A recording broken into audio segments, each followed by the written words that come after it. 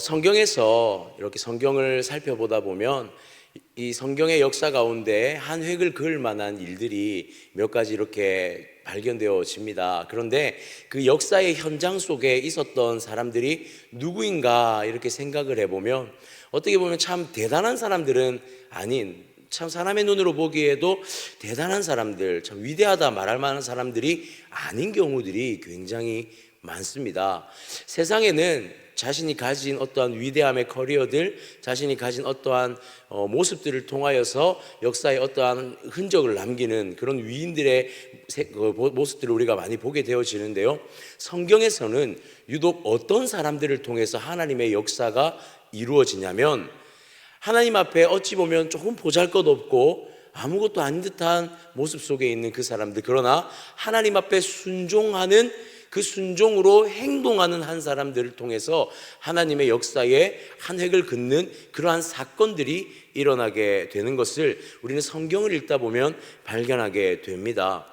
사도행전에서 오늘 특별히 우리가 읽은 말씀 또한 이러한 역사의 한 획을 긋는 장면이 아닐까 생각하게 되어지는데요, 베드로와 고넬료에게 나타났던 하나님의 그 환상, 그리고 그들이 하나님의 환상 가운데 물론 한 사람 고넬료는 즉시로 순종한 모습을 보였고, 또 한 사람인 베드로는 그 환상 가운데 즉시로 순종하기보다는 잠시 생각하고 고민해야 하는, 이 환상에 대해 의아해하는 모습이 있었지만 그럼에도 하나님 앞에 순종하는 모습을 통해서 오늘 사실 어떤 역사가 이루어지냐면, 이방으로서의 그 하나님의 복음이 확장되어지는 그 역사가 오늘 성경 가운데, 그 역사의 현장이 시작되는 것을 보게 되어집니다.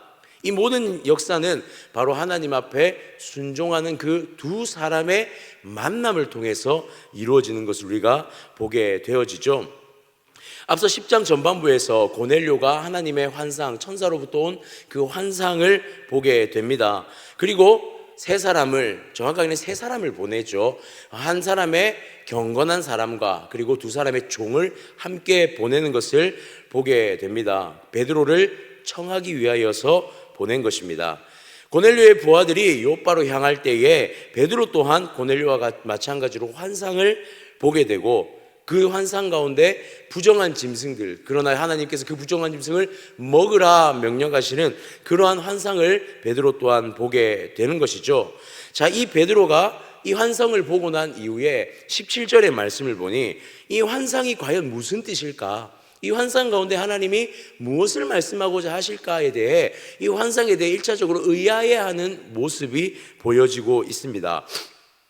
17절 말씀 볼까요? 베드로가 본 바 환상이 무슨 뜻인지 속으로 의아해하더니 마침 고넬료가 보낸 사람들이 시몬의 집을 찾아 문 밖에 서서, 하나님께서 보여주신 환상입니다. 적어도 사도 베드로 제자라고 한다면 이 환상에 대해서 곧바로 순종할 수 있지만 베드로에게 첫 번째 보여진 행동은 의아함이었습니다. 왜냐하면 베드로에게 있어서 이 보여진 환상은 의아함과 동시에 율법을 지키는 유대인으로서의 입장에서 결코 이것이 자신의 입장에서는 온전한 환상이 아닐 수도 있었기에 무슨 뜻인지에 대해 의아함도 있었을 것이고, 이것을 명령하시는 하나님에 대한 그 생각에 대해서도 그 의아함이 분명히 있었을 것 같습니다. 자, 그런데 이 의아함 가운데 어떤 일이 일어나냐면, 자, 마침 고넬료가 보낸 사람들이 시몬의 집을 찾아 문을 두드렸다라고, 문 밖에 서 있었다라고 하며,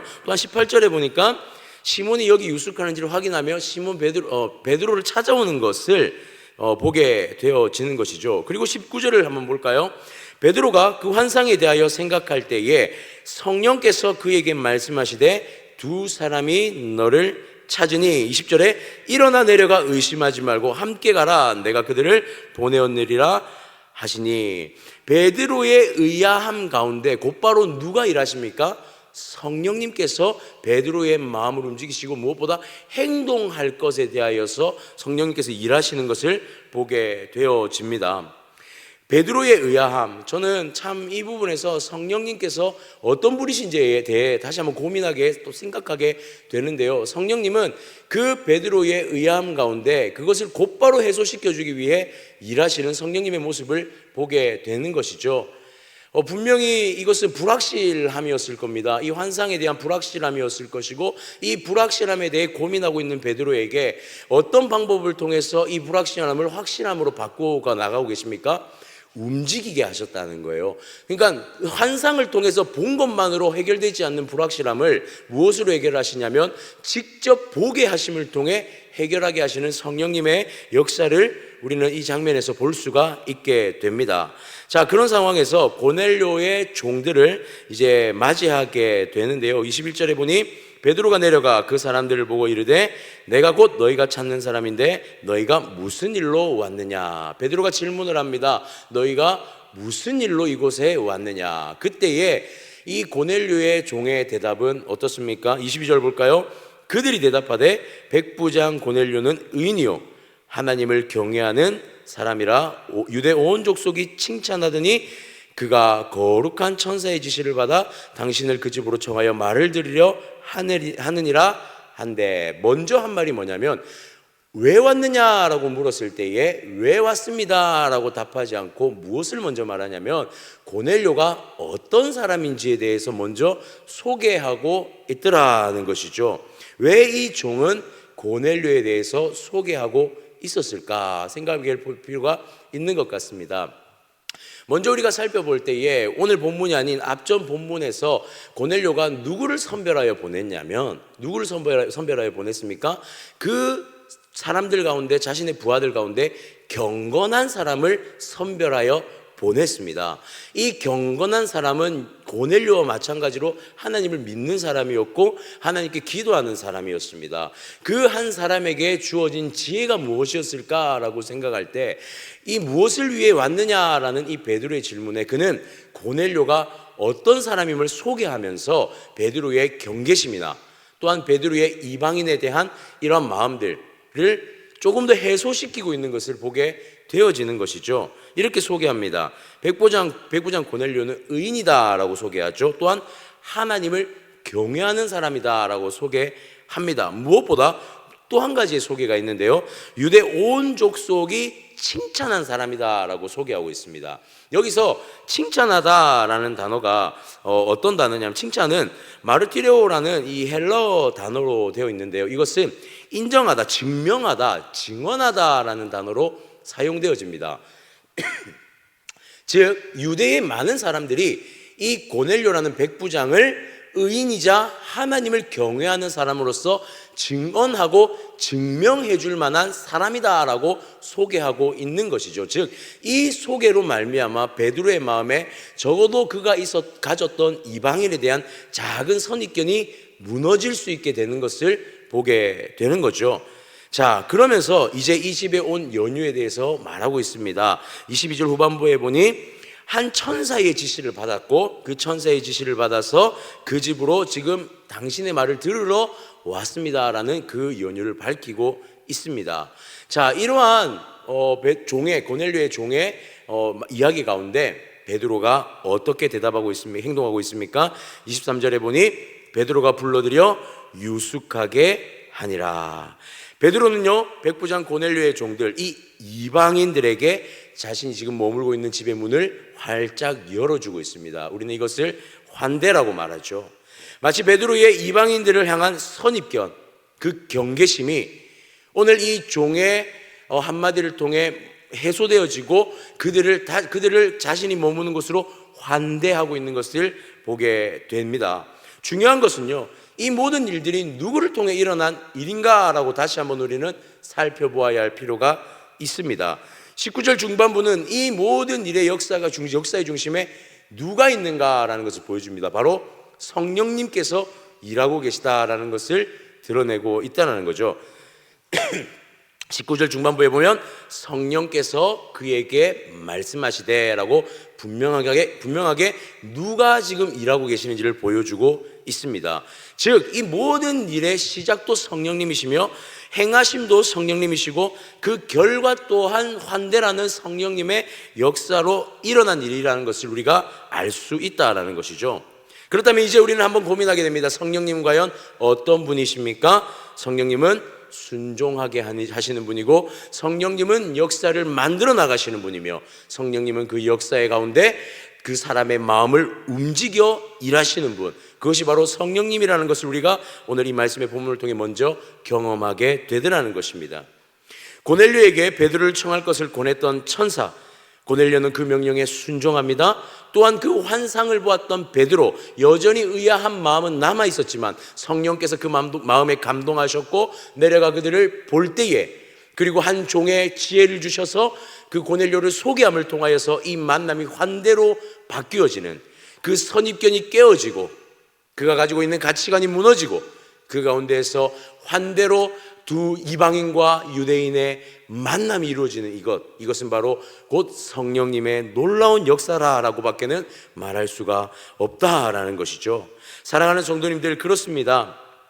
우리는 우리의 불확실한 생각 속에 의존하지 않기를 원합니다. 우리는 철저히 우리 안에서 말씀하시는 성령님, 우리 안에서 행하게 하시고자 하는 그 성령님께 의존해야 할 줄 믿습니다. 때로는 우리의 상황이, 때로는 우리가 생각하고 있고 가치로 가지고 있던 것들이 마치 이것들이 확신을 줄 때도 있지만, 그러나 이것이 절대적인 가치와 절대적인 확신함이 아니라는 것을 우리는 기억해야 합니다. 우리 그리스도인은 반드시 우리 내면에서 역사하시는 성령님, 그리고 우리를 통해서 일하실 놀라운 계획을 가지고 있으신 그 성령님께 의존할 때에 우리의 모든 모습 속에서, 우리의 삶 속에서 놀라운 성령의 역사를 보게 될 것이다 라는 것을 오늘 성경이 분명하게 우리에게 말씀하고 있더라라는 것입니다. 사랑하는 성도님들, 우리의 가치관과 생각들은 우리를 온전한 방향으로 이끌어갈 수 없습니다. 오직 성령께 의존하여 성령님의 음성을 듣고 성령께 반응하여 매일의 삶을 살아가는 우리가 되어지기를, 그 삶 속에서 우리의 모든 선입견과 가치관이 무너지고 한대로서 모두가 연합되어지는 놀라운 의 역사를 맛보는 우리가 되어지기를 주님의 이름으로 축복합니다. 그렇다면 이러한 성령의 역사 가운데 이제는 이튿날 베드로가 일어나 어디로 향하게 됩니까? 가이사랴로 고넬료가 있는 곳으로 향하게 되어집니다. 자, 이때 24절을 보니 이튿날 가이사랴에 들어가니 고넬료가 그의 친척과 가까운 친구들을 모아 기다리더니, 여기서요 한번 보시면 고넬료가 그의 친척과 가까운 친구들을 모아서 기다리고 있다라고 말하고 있습니다. 여러분, 이것은요 어찌 보면 유대의 문화 중에 하나로 좀 이해할 필요가 있습니다. 유대의 문화에는 모든 상황에 반드시 두세 명의 증인을 두게 되어 있습니다. 그런데 이것을 누가 행하고 있냐면 고넬료가 행하고 있습니다. 즉 고넬료는 지금 오고 있는 베드로를 위한 최고의 준비를 마친 상태로 기다리고 있는 것이죠. 그리고 마침내 이 25절에 베드로가 고넬료의 집으로 들어옵니다. 자, 이때 고넬료가 어떻게 행동합니까? 그 발 앞에 엎드려 절하고 있는 모습을 보게 되어지죠. 백부장이었던 고넬료에게 있어서 이 유대 사람이었던 베드로에게 엎드리는 행동은 결코 일반적인 행동은 아닙니다. 자, 이 고넬료의 마음에는 철저히 오늘 하나님의 말씀을 전하러 온 베드로 앞에 다시 한번 철저히 순종하는 모습을 보여주고 있는 것이죠. 자, 이때 베드로가 고넬료를 일으켜 세웁니다. 자, 26절 볼까요?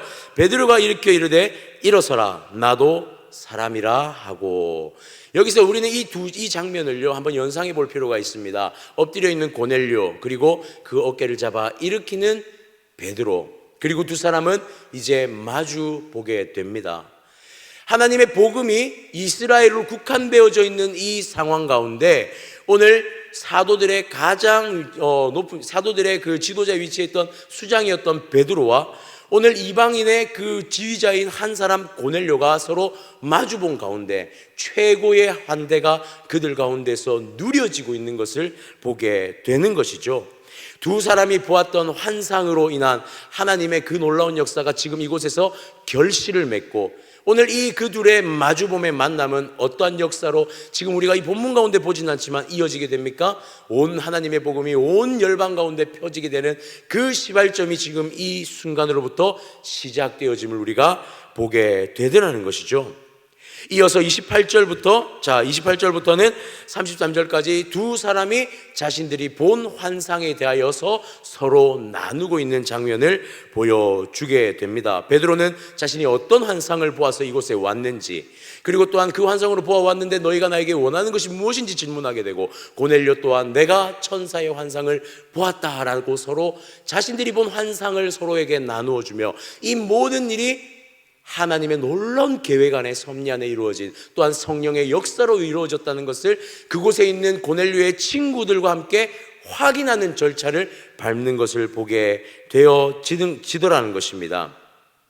사랑하는 성도님들, 그렇습니다. 이 두 사람의 만남은요, 철저한 하나님의 계획입니다. 철저한 하나님의 섭리입니다. 그리고 그 하나님의 계획과 섭리를 성령을 통해 이루시는 그 역사의 현장을 우리는 보게 되어집니다. 예수 그리스도의 그 복음의 놀라운 복음이요, 예루살렘 안에, 이 이방 유대인 안에 국한되어졌던 것이 지금 이 순간을 통해서 온 이방으로 퍼지게 되는 그 시작을 알리는 역사의 현장인 것이죠. 사랑하는 성도님들, 우리는 기억했으면 좋겠습니다. 오늘 이 역사의 현장의 시작은 두 사람의 하나님이 보여주신 환상 가운데 순종함으로부터 시작되었다라는 것입니다. 성령의 행하심 앞에 순종한 두 사람을 통해 그 매여 있었던 주님의 복음이 이 유대를 땅을 넘어 이방으로 확장되어지는 역사의 한 획을 끊는 현장으로 바뀌어지고 있는 것을 보게 됩니다. 사랑하는 성도님들, 이 역사의 현장이 우리의 삶 가운데에서도 일어날 줄 믿습니다. 성령께 의지하고 성령께 순종하며 하나님의 섭리와 계획 안에 살아가는 것, 우리의 인생에 일어나는 모든 순간에 우연히 단 한 구소절도 없다는 것을 우리가 인정하고, 그 모든 순간에 역사하시는 성령님께 의존할 때에 성령님께서는 우리의 인생 가운데 역사의 한 획을 끊는 순간을 맛보게 하실 줄 믿습니다. 작은 순종, 그것이 하나님 나라의 큰 역사가 될 것을 기대하고, 오늘 한 날도 우리의 순종이 하나님 나라에 온전히 쓰임받기를 기도하면서 하나님의 역사가 우리의 삶 가운데 펼쳐진 것을 우리가 기대하며 나아가는 오늘 이 한 날이 되어지기를 주님의 이름으로 축복합니다.